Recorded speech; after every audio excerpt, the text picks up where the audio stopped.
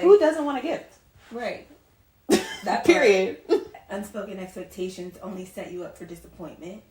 I think sometimes when you're also the giver of that sort of effort all the time, it's nice to be able to receive without having to ask. I can explain my expectations, and then if my needs are not met or the needs of the group are not met, then how can I bow out gracefully? Right, and like accept the reality. But you can't live in like the delusion of your unspoken expectations. I don't know. Would we schedule our time to go out to eat? No. I don't think so. This is Sistas Declassified, the podcast where Taylor and Taryn, your virtual sisters, share experiences, insights, and of course the juicy secrets that never leave the sister circle. So shh, listen up. The Declassified convos are starting now. Welcome back to Sistas Declassified. We're real-life sisters who started a podcast instead of going to a concert. Before we get started, don't forget to subscribe so that you can get your weekly dose of declassified moments. So we're back today, and there was something that I saw, and it made me think about a whole scenario of things, but of course it was from TikTok. I was on TikTok. This social media break is never happening for you. But people always start new things that are like cute romantic things. Okay, so new trends. Trend alert. And it's not a new concept, but girls have been getting or wanting boo baskets. I have no idea. It's your idea. Think about an Easter basket, but Halloween. So fall boo basket. Okay, maybe I do know what that is. Yeah. And so there's been women going online talking about whether they want one or saying, like, I don't need my man to get me that or blah, blah, blah. Okay. And I was cracking up because I saw one girl that was like, her man said, I'm so glad you're not like that and you don't want no boo basket. And she was like... I'm sure he was wrong. He was absolutely wrong. He was like... Who doesn't want a gift? Right. That Period. But also, like, how do you expect your person to know that you want those gifts? I know it's obvious, but also, like, all these new ways of, like, giving gifts and showing affection and appreciation that show up on TikTok are not necessarily things that men traditionally were doing for their spouse. I agree, and to that I say, step your game up. Okay. Do it anyway. Get a boo basket? Do it anyway. Am I getting a boo basket? No, because I don't need the sugar. But well, it's not just candy. Okay. These are like, they're putting like blankets, a book, like a mug. You could get just things like your partner would like. So they're pretty cute little ideas. And if you're watching, I love a boo basket. No, just kidding. Wait, so are these... So the girls want the guys to get these for them, or are the girls giving the guys boo baskets? I mean, I think originally boo baskets came from girls giving guys them. And then now... And then one guy gave one girl a boo basket, and now everybody needs to get a boo basket. Basically. And it's cute, I guess. The basket's a cute little idea. But it just got me thinking further about just these unspoken expectations and things that just kind of go unsaid but leave you resentful, maybe. Yeah, that's real. As someone who is currently prompting her husband to plan her 40th surprise birthday party. 40th, and you just turned 33? I totally hear what you're saying around expectation management. Now, if I turn 40 and don't have any sort of surprise birthday party... We're getting a divorce. I didn't say that, but... We'll end it there. I hope you're watching as well. Because here's your warning. But in all seriousness, I absolutely agree with you in that you gotta ask for what you want. Yeah. I mean... And also know your audience, because, one, your man's probably isn't on the side of TikTok where he's seeing men or people receive boo baskets. Right. So he's not even aware that this trend exists, nor that you care about it. So, consider that before you dump him. Please do. And it obviously goes back to like the saying that closed mouths don't get fed. But for my declassified moment sakes, I had to change it up a little bit and say that unspoken expectations only set you up for disappointment.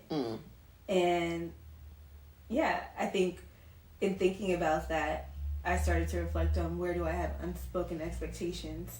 And I don't know, I had to realize maybe my expectations have started to become low. Like you swung the other way in that you didn't say what you wanted, and so you just decided people were not going to show up how you wanted them to. Which I've gotten better at it in the last 2 years or so because I've recognized it a little bit.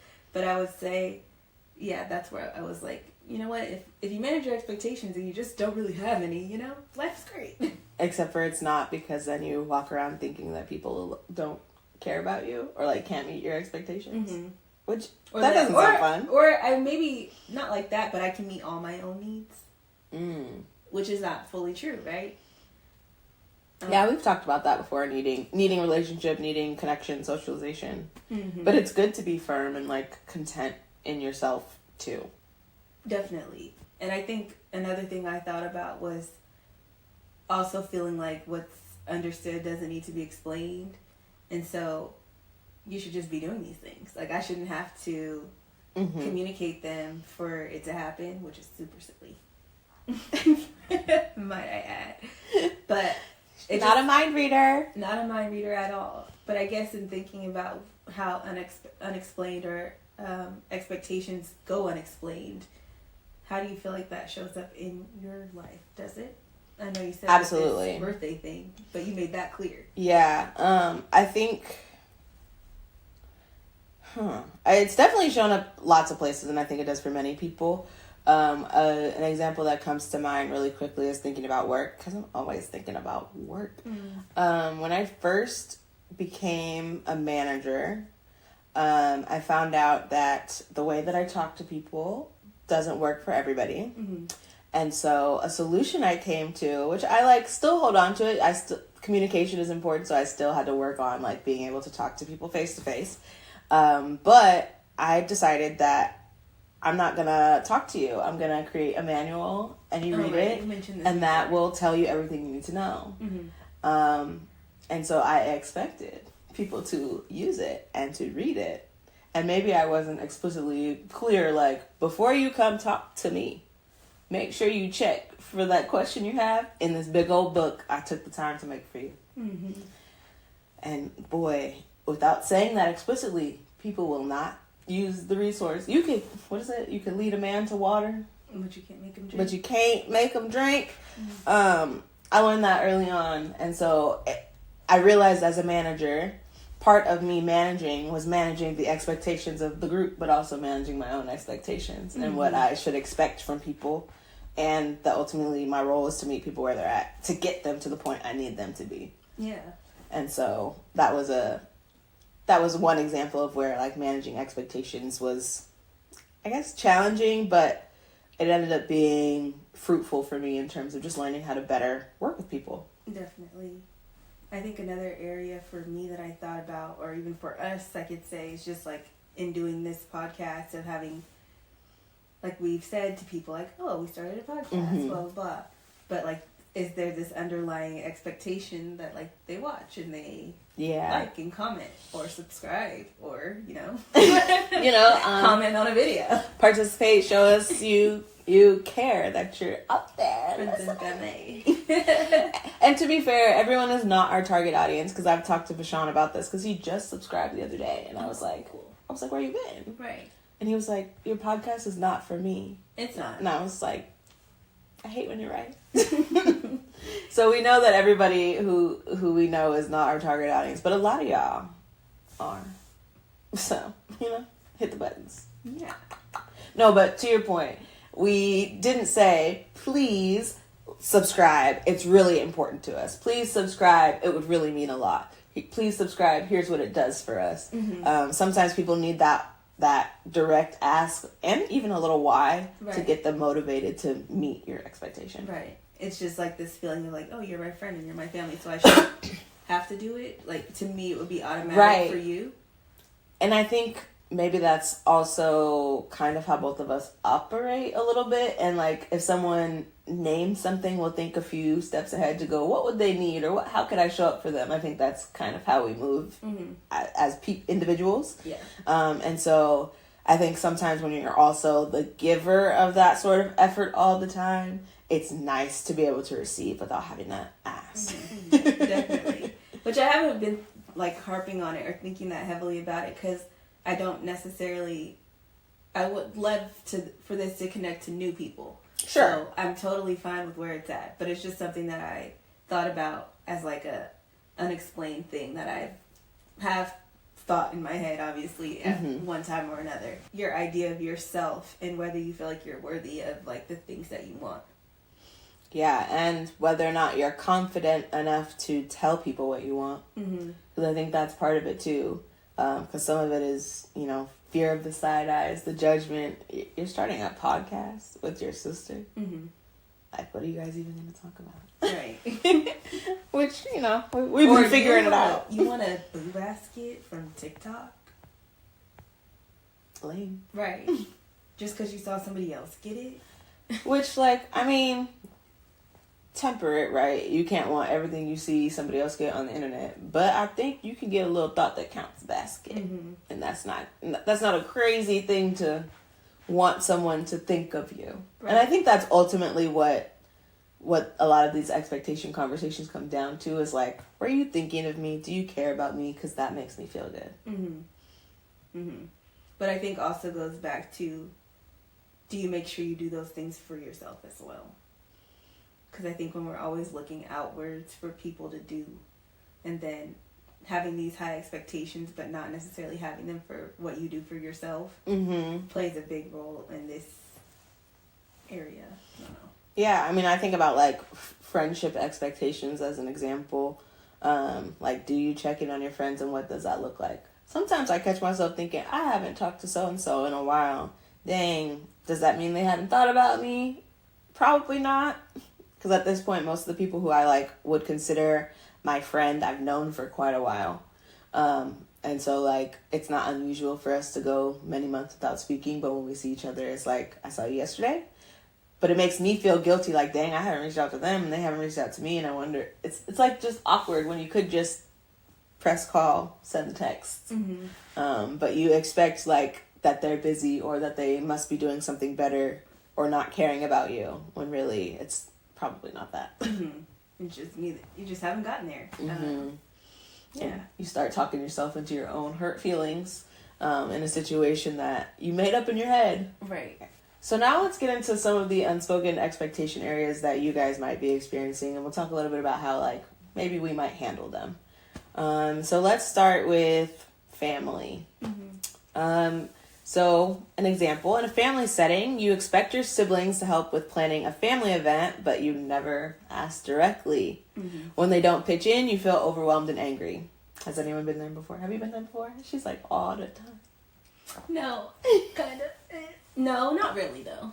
I don't think in planning an event, but I do think in, like, some of the day-to-day life stuff. I could say that I felt that way, like, as my sorority member, which is not really, like, my family, but kind of, in terms of, like, trying to be the person that's organizing and getting people together. And, yeah, I didn't always ask other people to do it, and maybe it was, like, an unspoken, like, I know Taylor will. Right, Taylor's got it. Taylor can do it. But that was like this, but I did have this unspoken expectation of, like, people will show up and, like, participate and help. And it was definitely overwhelming, and I would get mad, and I don't do it anymore. And now we don't get together. Because you were the planner? I was trying back then, but I can't do it all by myself. And what could have been done differently, maybe, like, to change the outcome of those overwhelming feelings? What was there? Sure, I could have tried to articulate or make it more clear that it was important that we continue this or continue these things, but I think I did do that. And so I think it kind of goes back to two parts. I can explain my expectations, and then if my needs are not met or the needs of the group are not met, then how can I bow out gracefully? Right, and, like, accept the reality. But you can't live in, like, the delusion of your unspoken expectations to, like, be able to move forward. Definitely. And I feel like that's really true with your family, of, like, having these unexpected... Well, you think, like, my parents should know, or my parents should show up this way, and you have these expectations of what a parent should be. And then when they aren't that, you're like, what the heck? Yeah, that's not what I thought. What I thought a parent was, even if I'm not considering, our actual dynamic and reality and who you are as a person, who I am as a person, and what that means for this situation. Or just like how much you feel like a grown-up teenager right now. Like, now that you're an adult, can you sit back and have that perspective of like, my parent was like also a grown-up teenager. Yeah.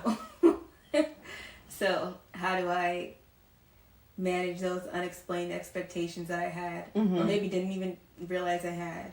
Yeah, I definitely, at least once a week, I'm like, I have a reflective moment where I'm like, ooh, parents, mom, dad, thank you, because I can only imagine what dealing with this situation would have been like in your shoes, or like you dealing with this for the first time and this is confusing, or like dealing with the situation, then calling them to hear like them talk about, you know, their perspective 20, 30 years later on the same thing they were dealing with. It's just interesting. Yeah. And I appreciate like having the ability to talk to our adult parents and have adult conversations in this way. Everybody doesn't have that. And so it's nice. Definitely.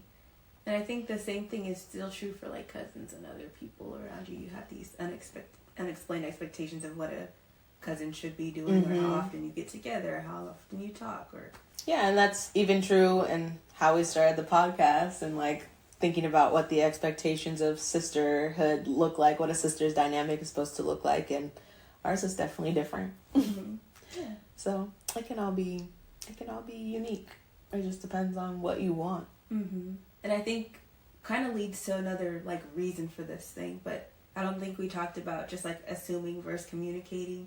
And I think we often have a lot of assumptions in our head about the reasons for why things are the way that they are. But if we communicated things, I think we'd probably get a whole new perspective on like why your parents couldn't meet your needs, or why your cousin didn't reach out, or why your sister isn't close to you. Yeah, and I think you often find that the person wasn't even thinking about you that deeply.